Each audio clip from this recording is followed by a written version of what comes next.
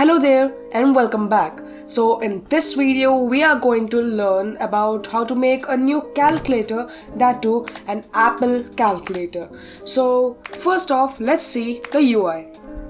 So this is the UI and this is what we are going to make today. So this is not operational as of now. So if you go to my GitHub, if you're on Udemy, it'll be on the resources, and if you're on YouTube, it'll be in the description down below, and if you're on Skillshare, then this will not be available to you. So I'm dropping in a link above my head, so just see that, go to that link, and once you go to that link, go to boilerplate. Let me show you that. First go to this GitHub link over here, and then what you're going to do is you have multiple folders over here. Go to Apple Calculator boilerplate.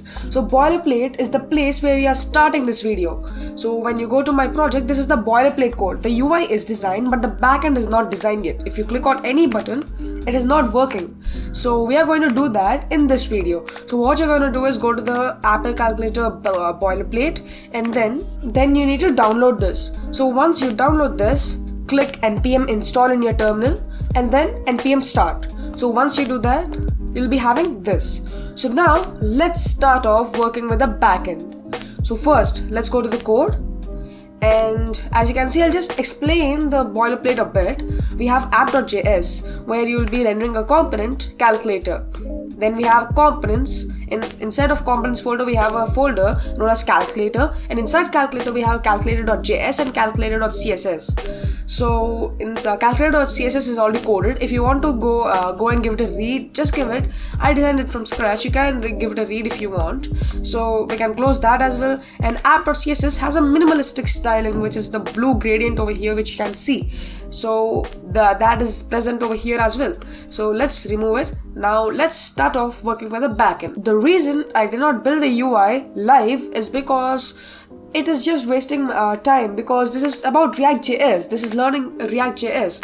But if we are wasting time on building the UI, there is no point in learning React.js. So I gave you the UI, HTML, CSS, and also the CSS where there is the styling. So now we can focus on the JavaScript. So now what you're going to do is, first, I want to explain you something.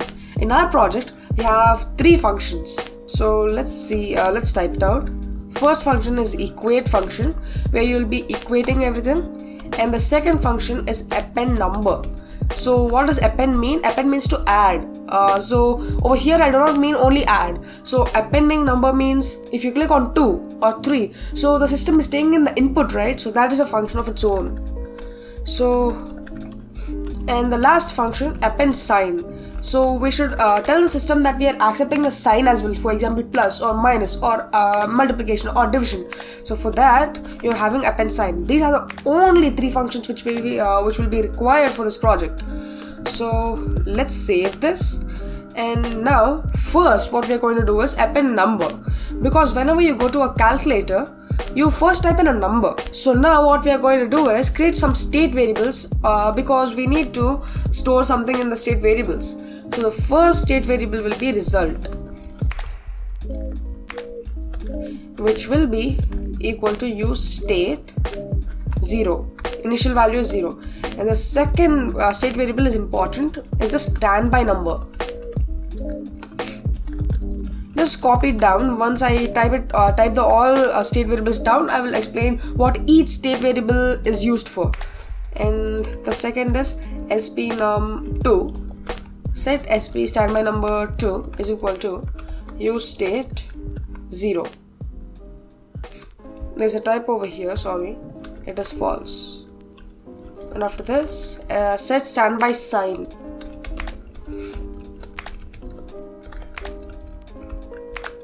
Standby sign null, so we don't need anything for that. Const equated,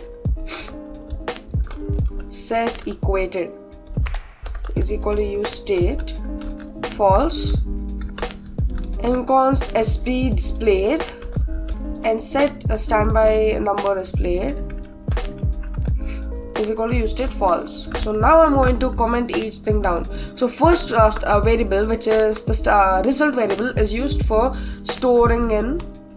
It is used for storing in the result of your calculation.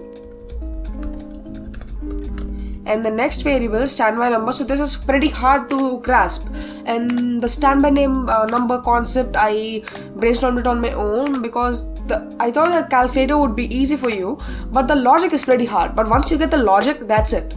The whole application is done. So let me tell you the logic. So in order to explain you that, first, if you go to a calculator and type in 2 plus 3 like this. So let's break that down.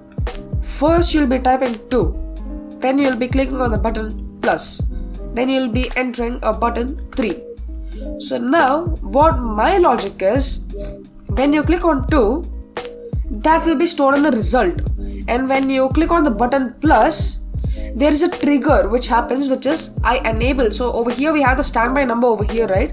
So this is a boolean, and sp_num2 is a number. So what I'm doing is, once I click on plus, what I'm saying to the computer is, so I have already clicked a sign. So the next thing you want to accept from the user is not a sign but a number, because once you click 2 plus and again you change it to multiply, it's not valid. So what you're gonna do is 2 plus, and then I'm telling the computer change the standby number to true. So it means that the user has already given the sign, and now he wants to enter another number. So that is when I change this to true, but now it is false. So then I will accept the 3, and then what will happen is I can go on, this will repeat. So this is used to let the computer know a sign is placed. This is used to store the standby number.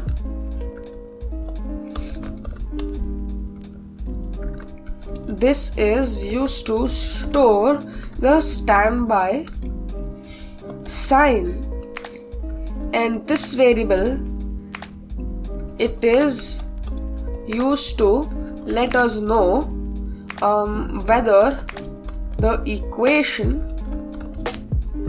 is solved. By that I mean that if the is equal to button is clicked or not, the equation is solved. Yeah, I can keep that. And standby displayed is a boolean which will be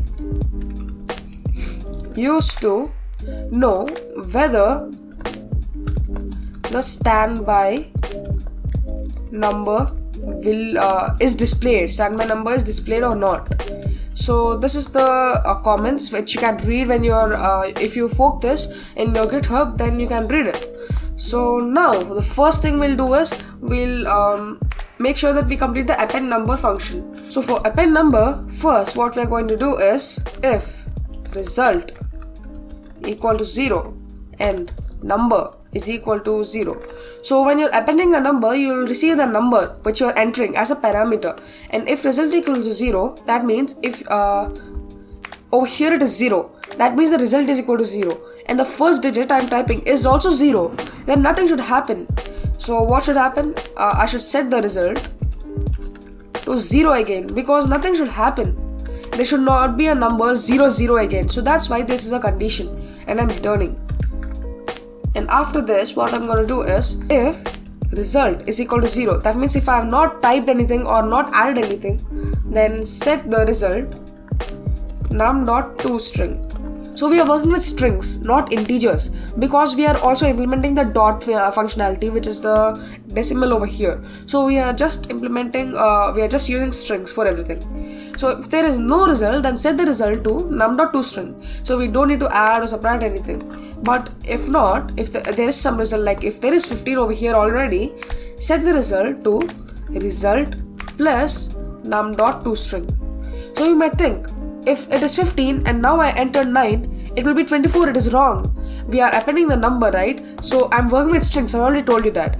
Over here, plus 2 plus 4, it does not mean 6.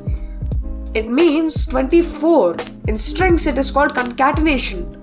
So what I'm doing is adding the number to the previous number. So let's save this.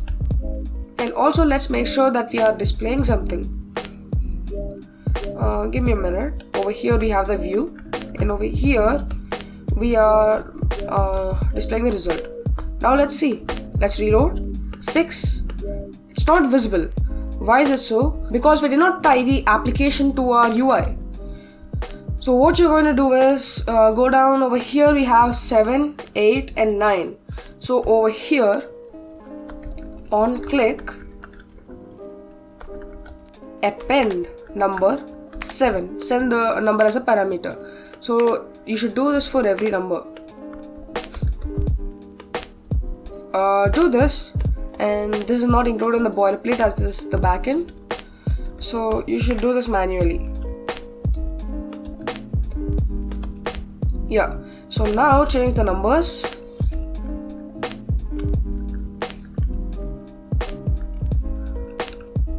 So mine is done. Let's save it, reload it, and we have something on 3. So where is 3? Okay, I made a mistake, a slight mistake. Yes. Now reload. Yeah, that's it. Everything is fine. Now click 7. That's cool. Something is entered. Next, if you click 8, 9, 6, 5, 4, 3, it's unlimited. So nothing over here works as of now. So 0 and point is not working. So we need to type that as well. Append number 0. And also append number dot. And save it. Reload it. 6 point. See that? 3, 3, 3, 3. That's cool. You can click on 0 now. And if you AC is also not working, right? So let's leave that and we'll implement that later. If you click on 0 at start, nothing happens because of the functionality we wrote at start. And 3, 6, 0, now it works. So that's cool. Now let's proceed.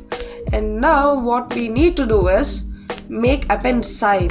So we are not done with append number function actually. It's pretty big.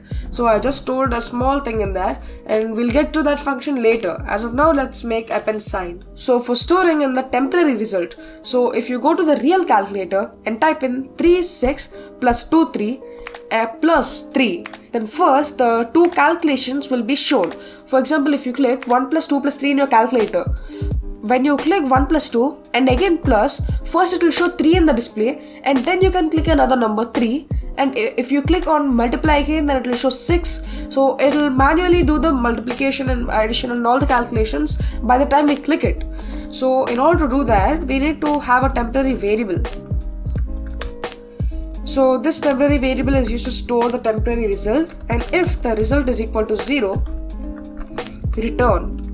So if there is nothing entered by the user, why should you allow them to make an operation, for example plus or minus or something? So this is done. And so now what you're going to do is over here set the SB sign to sign. So now he clicked something, for example we need to accept this. So he clicked something, for example addition, multiplication or something, and we need to set it in SB sign. We need to tell the computer that we have a standby sign waiting. We have a sign that needs to have another number after it.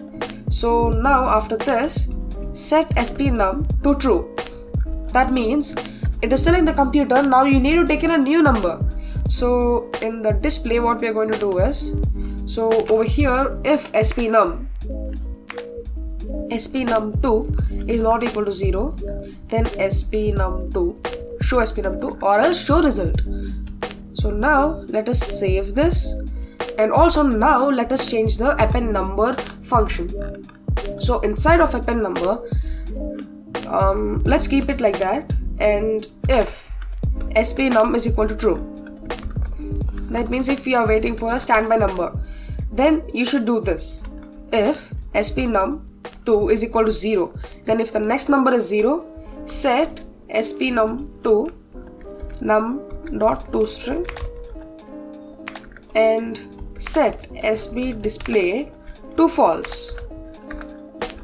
Else if it is not, this is the same operation we are doing down below, but for the second number, for the standby number, SBNum2 plus num.toString. The same operation, guys. So next we have an else condition, and inside the else condition, if we already equated the solution, then what we are going to do is if sp_num2 is equal to 0, set sp_num2 to num.toString. Sorry, I got confused. Set result to num.toString. Because once if you click on is equal to, you'll get the result, right? And after you get the result, if you click on any other number, it'll start off fresh. It'll start off fresh in a new calculation. So in order to do that, you need to add that. So after this, you need to click set equated to false because it's a new equation. We are returning after this. And after this is done, the function is pretty much done. So you remove that over there and you need to add it over here. So now append number function is done for good. Let me remove that terminal, that's quite distracting for you, I guess. So now let us make the append sign. Let us finish off the append sign as well. So in append sign, if the sp_num is true, that means if I am entering a new number, then if sp sign is equal to plus, temp is equal to parse float. Result, because we are passing it float, because we are working with decimals, parse float sp_num2. So this is to add the previous result and the current standby number. So just implement this for the other things as well. Else if over here you'll be having into, so over here you'll be having into, and make that 4 times, but the last it is else, and make this divided and make this minus, so over there it is done sp_num. So set the sp_num2 to 0 because we are accepting in a new standby number after this. So now we are making a new function as well. So that function is count decimals. So if you have a number 2.362, how many decimals do you have? You have 3 decimals. So in order to do that, we have a function in JavaScript. Not a predefined function, but we are going to make it. Function, accepting the value. So you don't necessarily need to memorize this, because even I found it on Stack Exchange and I used it. So I'm just entering it now. This function will help you get the number of decimals. So return value.toString and dot split 1 dot length 0, and after this return 0. So that's pretty much it. Even if you remove this, it'll probably work. Yes, so now what you're gonna do is use the count decimals to over here. So count decimals, we are saying that if the number of decimals in my number is greater than 6, then just limit it to 6. If count decimals of the temp is greater than 6, then set the result to temp.toFixed 6. Else set the result to result, no problem in that. So after this, let's clean up a bit. Set standby number to true, set sp sign to sign, then set sp displayed to true and return. That's it. And that's probably the hard work which we need to do. And there's a last function equate, but that's just 10%. Now we need to tie this up to the application. So how are we going to tie it up? So first we have the operational button, which is the divide. Where is the divide? Over here. And also we are going to say that if the sp sign is equal to slash, make it selected. So this makes a pretty cool effect. So let me show you that. So whenever you click on selected is not defined. Okay, now yeah, so now if you reload it, 8, It's not entering. So I guess I made a small mistake over here.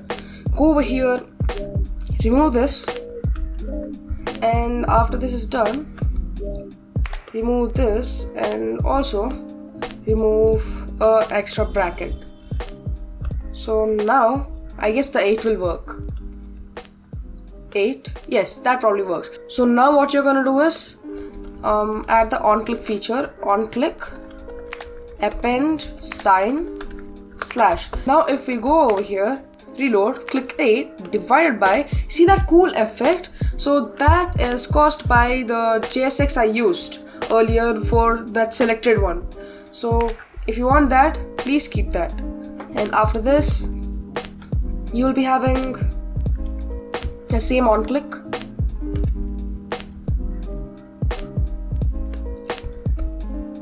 Instead of append sign that X, and after this minus, and after this anything else plus. That's probably it, I guess. So we also need to change this for everything. This, I guess something is wrong. Give me a minute. For this, and anything else. That's it. So change this to minus, change this to plus, and change this to multiplication. And now let's check it out. 8 into, it's not working. Yeah, I guess it's because of X. So now let's reload it. 9 into, yes, 6 minus 9 minus 6. I guess that's wrong. So now let's design the AC function as well. First let's design that. On click. So on click, what you're gonna do is reset everything. Set the result to 0 and also set the SP sign to none and set SP num to 0. Set SP num to false. Now click AC. That's it. Everything is 0. So now let's see where we did something wrong. Over here in append sign we did something wrong. Now let's debug our code. So append sign. So I left out an important part over here. If SP displayed is equal to true or SP num2 is equal to 0, set the SP sign to sign and set SP num to true. Return. I made a pretty big mistake over here as well. So it's not set result, it's temp. We are appending the new result which we got. So reload. 9 into 6, it should be 54 when you click plus or any operator. Plus. There you go. We got something pretty ridiculous. So now if you click 9 and is equal to, nothing is happening. So for doing that, we need to make in the equate function. Let's make it. On click, equate. And let's make in this as well. So now let's make in the equate function. So equate function is quite simple. We can do that in a snap. If, give me a minute. If not equated, then we need to set var temp is equal to 0 and the same logic as below. Where is that? Over here. This whole logic is followed again. So this same whole logic. And after this, if count decimals is also the same.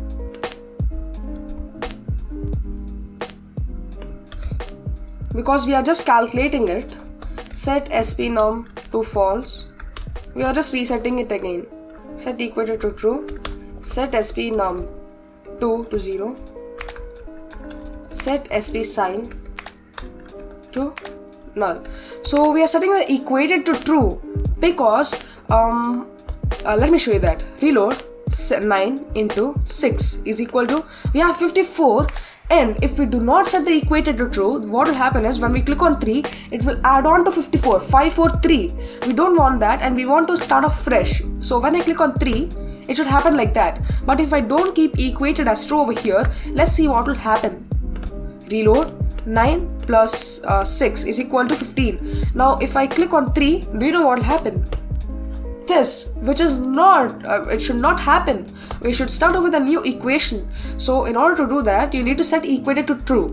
So save it and reload and enjoy your application. So 6.605 into 9.6 is equal to. So we have an outstanding product right now. This is the Apple calculator, and in the next part I'm going to teach you about Firebase 101. So we are going to learn about Firebase authentication, Firebase database, we'll be learning about CRUD, and we'll also be learning about file uploads and everything. So the next part will be Firebase 101. So I'll meet you later. For now, peace.